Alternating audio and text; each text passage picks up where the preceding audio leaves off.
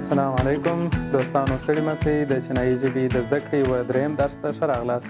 په دې درس کې د ټونونو په اړه بحث کوو. کله چې موږ چینایي ژبه زده کوو، چینایي حروف خپل ځان ته غږونه لري. هر چینایي حرف یو سېلاب غږ لري. نو زه د ټونونو د تشریح تر مخه تاسو ته سېلاب درښیم په چینایي ژبه کې. نو تاسو دلته ورته ګورئ. سېلاب د چینایي حروفو سېلابونه چې دي هغه درې برخې لري. دا درې تر برخې درته لیکم. د دې تر مخه زه تاسو ته یو چینایي حرف لیکم. دا یو چینایي حرف دی. نو د دې زه د دې تلفظ څه شیم په کومو حروفو باندې به یې ښیم؟ پینین حروفو باندې. آفرین. نو په پینین حروف باندې دلته زه لیکم. په دا سر باندې زه یو نښه ورکوم.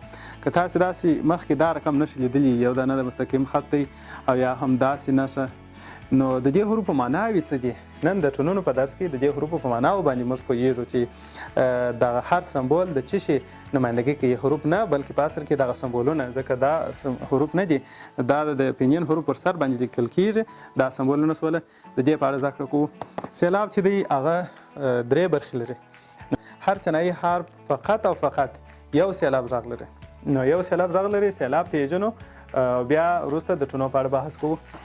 سېلاب اوله برخه چې ده انیشیل، دغه اولنۍ برخه ورته وایي، او که جمع کم اولنۍ برخې دا انیشیلز.